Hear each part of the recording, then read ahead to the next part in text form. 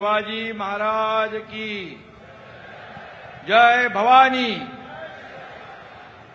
देशाचे लोकप्रिय, यशस्वी आणि कर्तव्यदक्ष प्रधानमंत्री, ज्यांना आपण विश्वगुरू म्हणतो, ते देशाचे आदरणीय नरेंद्र मोदीजींचं मी या महाराष्ट्राच्या भूमीमध्ये मनापासून स्वागत करतो आणि त्यांना मनापासून शुभेच्छा देतो। आजच्या या कार्यक्रमाला उपस्थित राज्याचे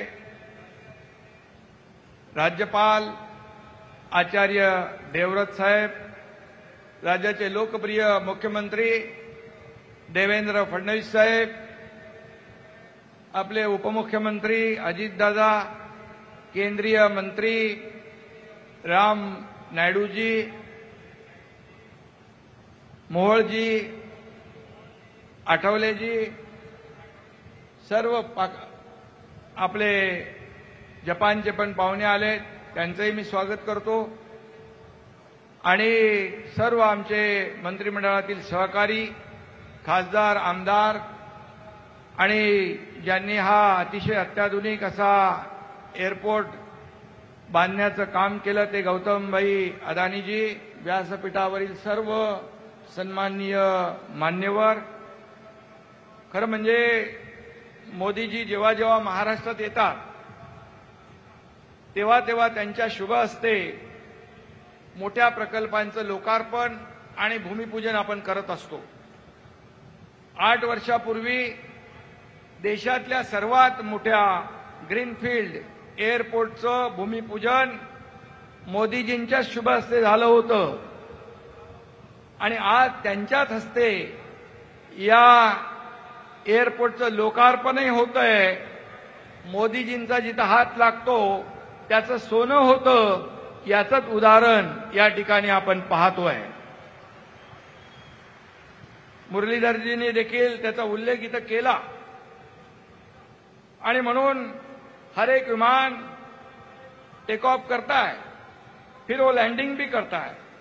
पर 2014 में मोदी जी ने जो टेक ऑफ किया है वो भारत को महाशक्ति बनाने के लिए, ये हम सब लोग इसके साक्षी है। प्रगति और विकास दोनों हमेशा साथ साथ आते हैं और जब उड़ान की बात होती है तो हमें मोदी जी याद आते हैं। अटौली जाएगी। यह सिर्फ एक एयरपोर्ट नहीं है, यह नए भारत के संकल्प और प्रधानमंत्री मोदी जी के महाराष्ट्र पर विश्वास का एक प्रतीक है। यहां से न केवल विमान उड़ान भरेंगे बल्कि एक मजबूत आत्मनिर्भर भारत जैसा कि मोदी जी ने सपना देखा है उसकी उड़ान भी शुरू होगी, क्योंकि हम कहते हैं 21वीं सदी नरेंद्र मोदी। मोदी जी ने देश की बागडोर संभाली तब देश में केवल 74 हवाई अड्डे थे। पिछले 10 सालों में यह संख्या बढ़कर दुगनी हो गई, 150 हो गई। 2030 तक तिगनी 220 करने का मोदी जी का निर्धार है। यह सिर्फ आंकड़ों की बात नहीं है, देश के आत्मविश्वास की कहानी है। मोदी है तो मुमकिन है, ये ऐसे नहीं कहते हम। आणि म्हणूनच मी आपल्याला विश्वास देतो की हा एअरपोर्ट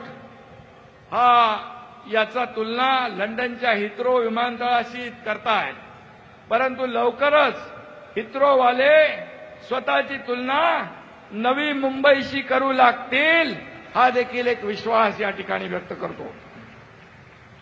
या एअरपोर्टचं स्वप्न साकार करण्यासाठी सिडकोचं तसंच नवी मुंबई इंटरनॅशनल एअरपोर्ट लिमिटेडचंही मी अभिनंदन करतो।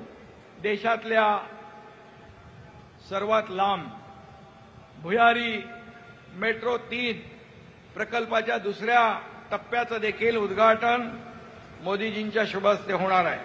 पहिल्या टप्प्याला देखील हिरवा झेंडा मोदीजींनी दाखवला होता आणि उत्तर आणि पश्चिम मुंबईला भुयारी मार्गानं दक्षिण मुंबईशी जोडणारी ही मेट्रो देशाच्या सर्वोत्कृष्ट इन्फ्रास्ट्रक्चरचं एक उत्तम नमुना, एक उत्तम उदाहरण असेल. 2-4 वर्षातच सर्व मेट्रो लाईन सुरू होतील. महामुंबईच्या एका टोकापासून दुसऱ्या टोकाला जायला जास्तीत जास्त 1 तासच लागला पाहिजे. हे काम केवळ आणि केवळ महायुतीच करू शकते. कारण आपण पाहिलं की जेव्हा देवेंद्रजी मुख्यमंत्री होते तेव्हा काही प्रकल्प सुरू केले. त्यानंतर आघाडी आली, त्यांनी मेट्रो, नवी मुंबई एअरपोर्ट, समृद्धी, कारशेड, कोस्टल, अटल सेतू अशा अनेक प्रकल्पांमध्ये स्पीड ब्रेकर टाकले, त्याला स्थगिती दिली.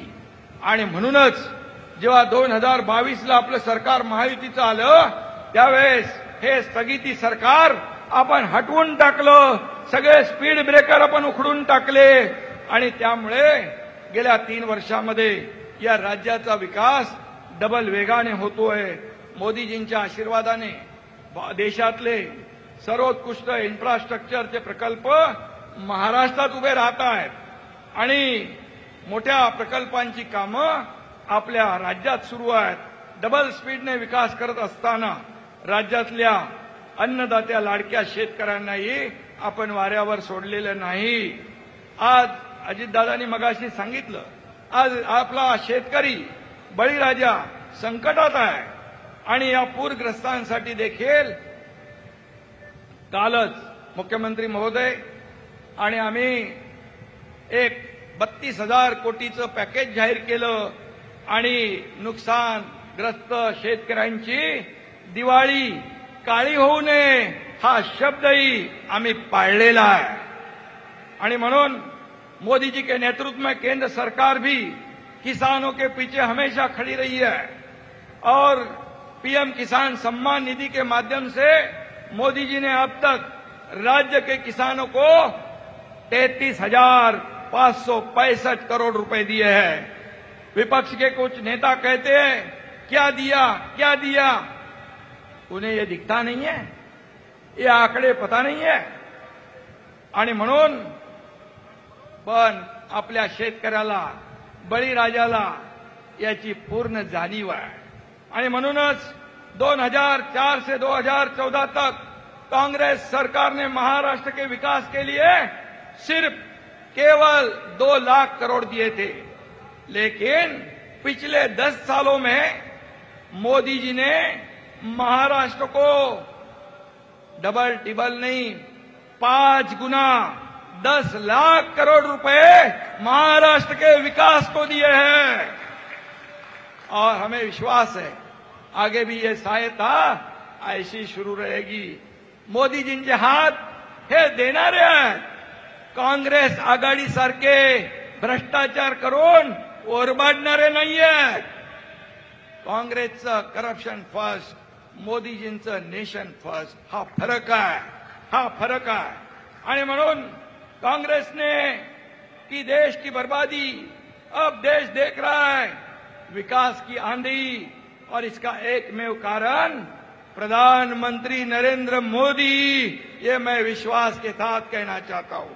त्यामुळे येणाऱ्या निवडणुकांमध्ये विकास आणि लोककल्याणाचा झेंडा हाती घेतलेली महायुतीच विजयी होईल. विजयी पताका फडकवणार महायुती, याबाबत माझ्या मनात शंका नाही आहे. पंतप्रधानांच्या हस्ते आज होणारं उद्घाटन ही त्याची उड्डाणाची सुरुवात आहे असा मी विश्वास व्यक्त करतो. जाता जाता एवढंच सांगतो, आनंदात ठेवू इथला वारकरी, आनंदात ठेवू इथला शेतकरी, आनंदात ठेवू इथला कष्टकरी. लाडक्या बहिणींचा आशीर्वाद भारी आणि मोदीजींच्या नेतृत्वात महाराष्ट्र घेईल उत्तुंग भरारी. मैं पुनः एकदा, मैं फिर एक बार आदरणीय प्रधानमंत्री मोदी जी को बहुत बहुत धन्यवाद देना चाहता हूं, बहुत बहुत उनका आभार व्यक्त करता हूं. ऐसा ही आपका आशीर्वाद, प्रेम, मार्गदर्शन महाराष्ट्र के साथ रहे. धन्यवाद. जय हिंद, जय महाराष्ट्र.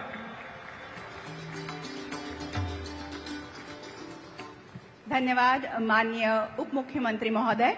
और अब केंद्रीय मंत्री नागरिक उड्डयन माननीय श्री किंजरपु राम मोहन नायडू जी से मैं उद्बोधन हेतु प्रार्थना करती हूं।